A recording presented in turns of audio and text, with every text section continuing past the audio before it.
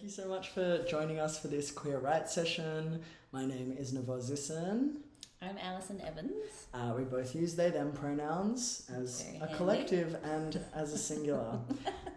Before we begin, we'd like to acknowledge the true custodians of the land on which we're standing. So we're currently broadcasting to you from the Wurundjeri lands of the Kulin Nation and the Woiwurrung language group, and we'd like to pay our respects to elders past, present and emerging, and acknowledge that sovereignty was never ceded. This was and always will be Aboriginal land. Complementing that as well, we want to acknowledge that acknowledgements don't really mean anything if they're not followed up with action. So I know that I'm really committed to paying the rent, and 10% of my income goes towards that, and following those things up with action is really important, and we both strive to engage in First Nations justice and politics as much as we possibly can, and urge any viewers who are also settlers on this land to do the same. Cool, so let's get started. I'm really excited to have this conversation with you. The first question that we have in front of us is, how has your work influenced your identity? Yes, and I don't know how to answer that, because my identity is who I am, and my work comes from me. Well, it's usually the other way around, right? Like, it's usually Yes. how has your identity influenced your work, and not vice versa. Yeah. So I don't know. I guess like the way we are treated in the world as we move about sort of informs us, and so I know that if you are excluded from a piece of writing, then that can feel pretty bad. And so I guess I try to be aware of, I don't know, everyone who exists, and just try not to write anything that's going to be exclusionary or like hurt anyone's feelings. Like, I know through my writing career I've kind of learnt a lot about my own prejudices and biases and how they can come out in work. And I find even when I'm writing first drafts now, like something will come out and I'll be like, oh, I thought I had dealt with that, but obviously it's still percolating away in there.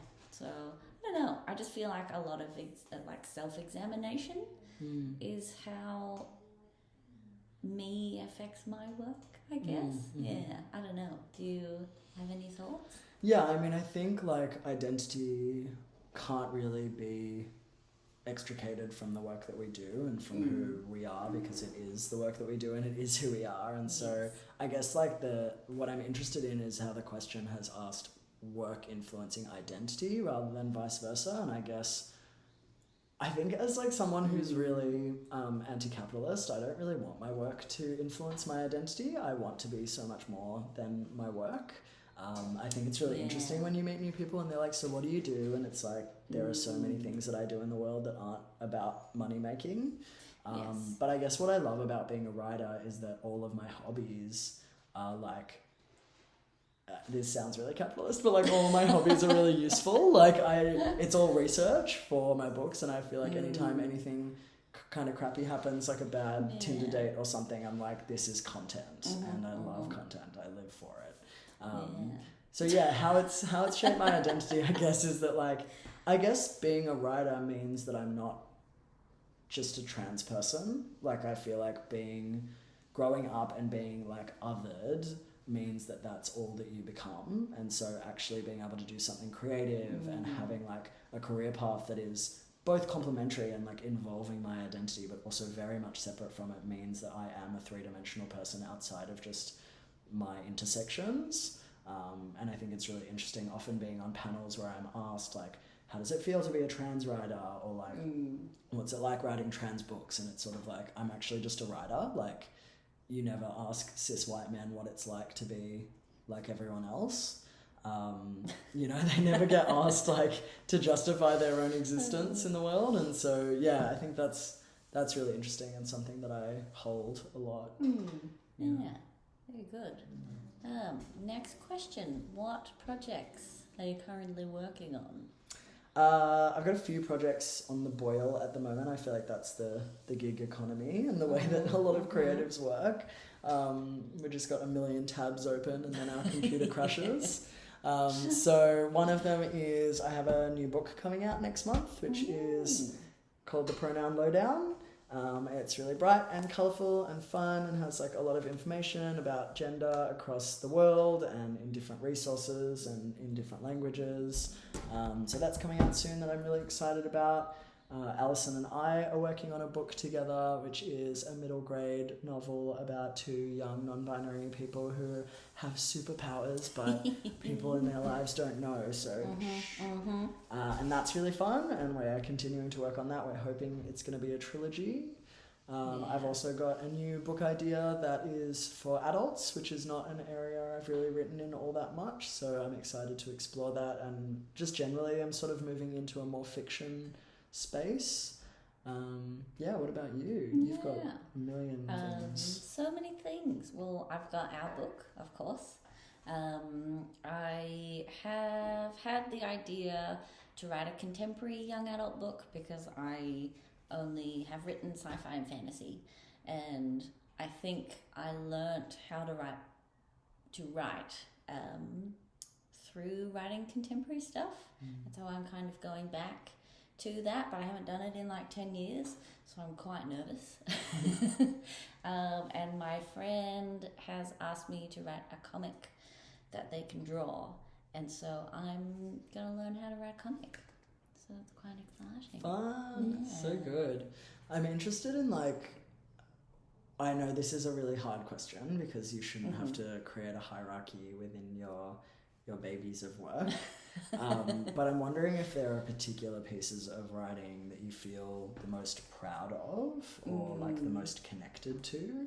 Yeah, I think, I don't know if this is because it's the latest thing that I've done or if it is because it's the closest to me, but Euphoria Kids, which is my latest YA novel. It's so good.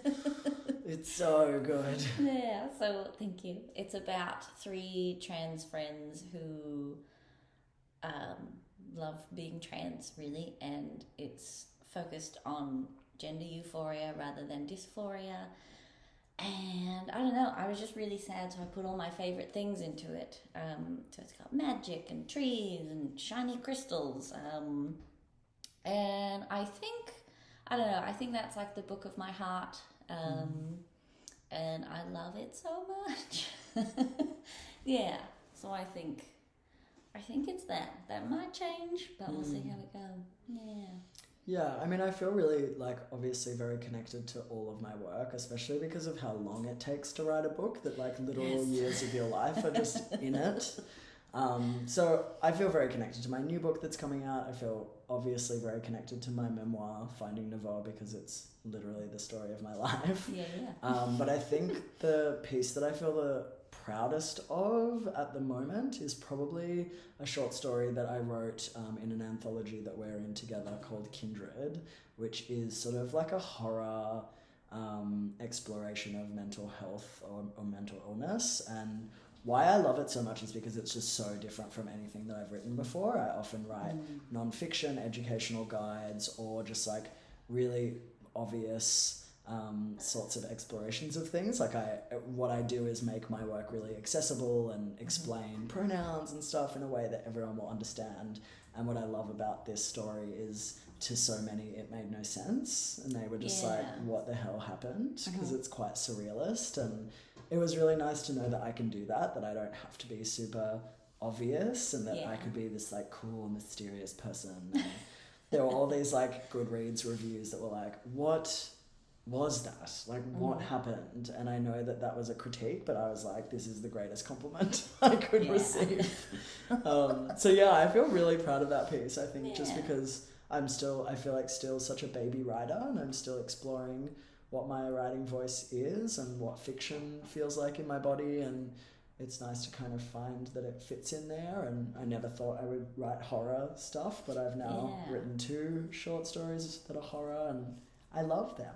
Yeah, and it was quite exciting, when you told me what you were going to do, just to see something so different that I had not expected, but at the same time I'm well, yeah, duh. You gotta branch out, so that was very cool. I think especially when we are somewhat typecast into the kind of writing that we do. It feels really liberating to choose something different. So maybe for you doing contemporary now is like really scary, but also really cool and liberating. And the idea of genres is also just kind of a weird way to sell books. It's not like what you have to be forever. That's true. And I guess as trans people, it's like, I'm not going to do what you expect of me. I'm going to always be cool subversive. and radical. Exactly. How did we meet? How did we meet? Talk about it? Yes. You can tell your memory of the story. Cool. So I remember because my book was coming out and I was tagged in this event that was happening. There was like a YA showcase of what was coming out in the year, and I saw Finding Nevo was on the list, and I was like, who is this non-binary author and why don't I know them? But then you didn't have Twitter, and I was like, I don't know how to contact people outside. That's so funny. I didn't even really have Instagram until my book came out, and my publicist was like, you have to have Instagram. And I was like, Fine. I'll get validation from everyone. And now I'm addicted to my phone. Yeah. I was before.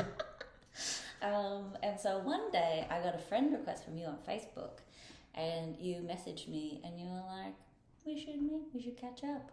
And I was like, that sounds really nice. And then we met at a cafe and we bought both our books and we took photos, and it was very nice. Yeah. And very cute. It was cute.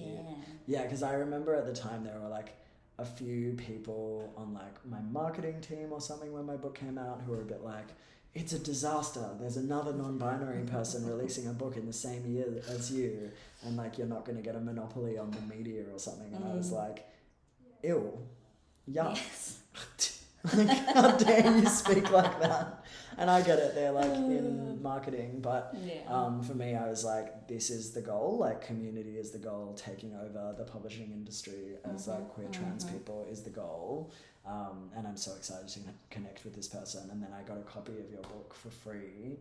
I think your publisher sent it to me or something. Yes, they did a swap. Yeah, cool. And I got to read it and was like, this is so good. Yeah. And I'd never really read anything that was like incidentally trans. Like it's like that. I think that's what Alison really does best in all of their books, is like these amazing stories that really have nothing to do with being trans or queer. And those sort of identities are just like really seamlessly weaved in, which is what I want to read. At this stage in my life, I'm pretty over like coming of age stories or people realizing that they're queer for the first time, which is like, you know, so useful. But I've been queer for a really long time, and like I just want to read stories where there are queer and trans people, and it's not just about the discovery and the coming out and the family being not accepting and blah blah blah. It's like I lived through that. I don't need to read it, and that's what I loved so much. And then we connected and just hit it off straight away. Pals ever since. And creative partners. I feel like we didn't work together for a while, but then once we did, it was like, oh, this makes so much sense. Yes. Yeah. And I think that came about because I had a radio interview, and then we were going to get coffee after.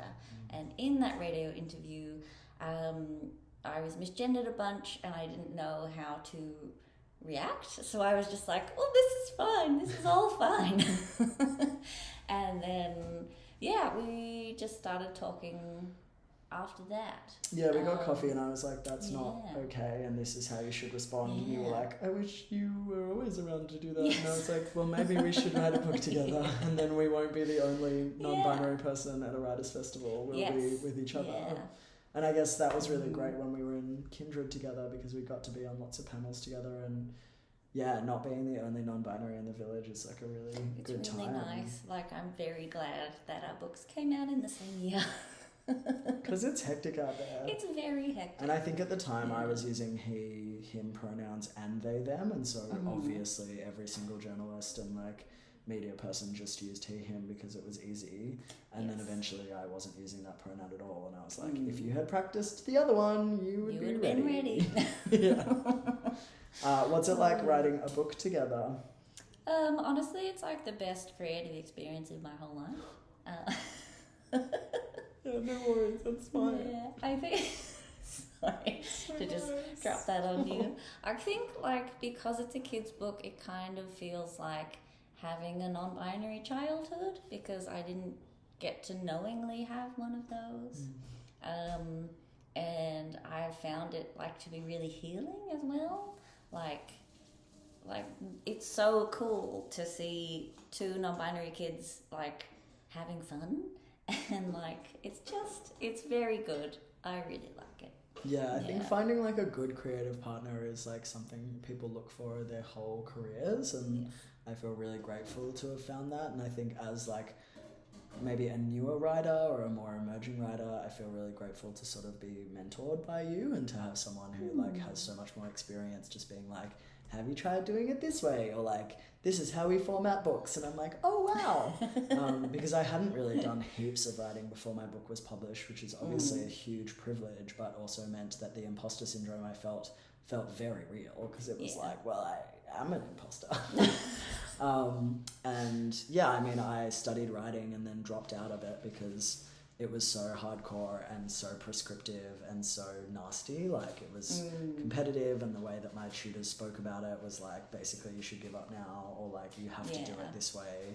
And then to move into the young adult space where it's actually very gentle and people are really generous, and it's so nice being able to write because it's such an often solitudal act, and we get to do it together, and we like sit down and smash out a chapter, and then we like read it to each other, and we're like, oh my god, that's so good, you're so good at writing.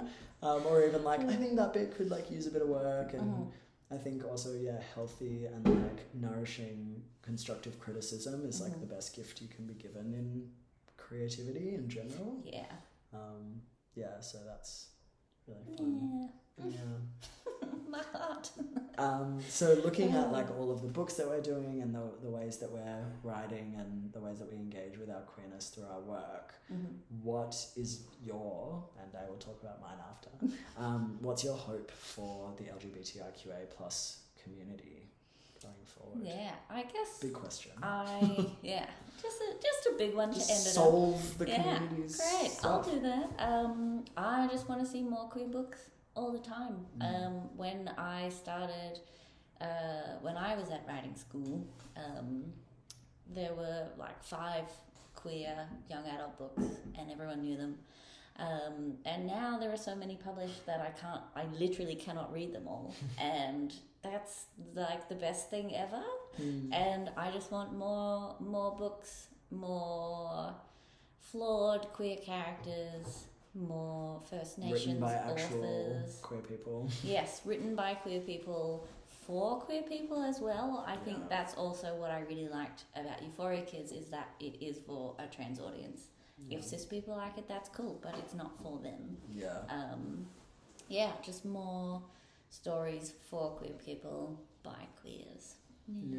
I love that. I definitely hope for that too, and much more like intersectional understanding of queerness as well, so it's not just siloed into like white, thin, able-bodied queerness, but also into like a really varied and diverse approach, because like queerness is everywhere, and transness is everywhere, and you know, trans, black, disabled people of colour like exist and are everywhere, and you know, gender, there are so many genders that exist across the world, and our understanding of a binary gender is a really colonial construct, and so I'd like to see that reflected in the pieces that we're reading, and maybe also not privileging this really elitist kind of English language, so that we can open literature to a broader space and move past the literary canon that reflects white cis dead men, and to really prioritize other voices. And it's happening more and more with like new publishing imprints and different awards that are geared towards different kinds of writers and more opportunities, and you know, the Wheeler Centre does lots of stuff like that as well, which is really encouraging. And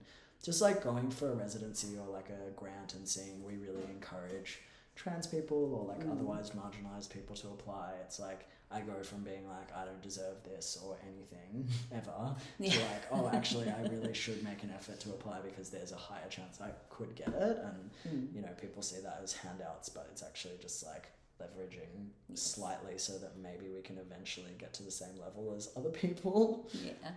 So yeah, I really hope to see that. And I also just hope to see like LGBTIQA plus communities come together. I think when we write community, it's just like not correct. There are lots and lots of communities. There are so many. They're often quite segregated and siloed, and so yeah, I'd really like to see more congruence with our communities, and hopefully we will help and be a part of that.